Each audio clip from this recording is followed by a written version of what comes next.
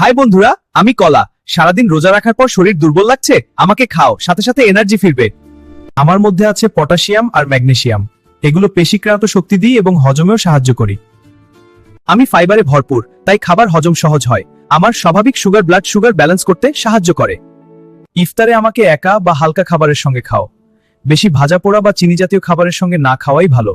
আমি super healthy হলেও বেশি মিষ্টি বা তেল মশলার সঙ্গে খাওয়ার পর হজম ধীর হতে পারে, তাই আমার সাথে স্বাস্থ্যকর খাবার বেছে নাও। ইফতারে স্মার্ট চয়েস কলা দিয়ে শুরু। শক্তি, ফাইবার, পটাশিয়াম সব একসাথে। সুস্থ থেকো, ফিট থেকো।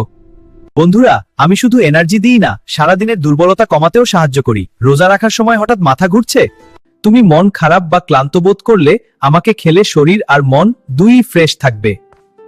আর হ্যাঁ, আমি হজমের জন্য হেলদি, তাই ইফতারে ভাজা পোড়া খাবারের আগে আমাকে খাও, মনে রাখো।